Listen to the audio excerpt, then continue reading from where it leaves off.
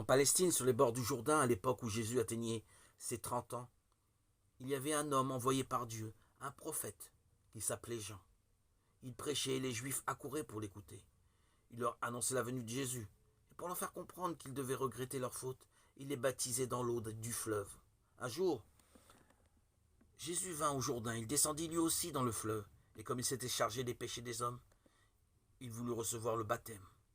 Or, c'est ce jour-là que les hommes ont appris qu'il y a en Dieu trois personnes, le Père, le Fils et le Saint-Esprit. Car pendant que Jésus était en prière, le ciel s'ouvrit et l'Esprit Saint descendit sur lui, sous une forme corporelle, semblable à une colombe. Et une voix, celle du Père, se fit entendre du ciel. Tu es mon Fils bien-aimé, en toi je mets tout mon amour. Le mystère de la Sainte Trinité est le mystère d'un seul Dieu en trois personnes égales et distinctes. Les trois personnes de la Sainte Trinité sont le Père, le Fils et le Saint-Esprit. Oui, chacune des trois personnes de la Sainte Trinité est Dieu. Le Père est Dieu, le Fils est Dieu et le Saint-Esprit est Dieu.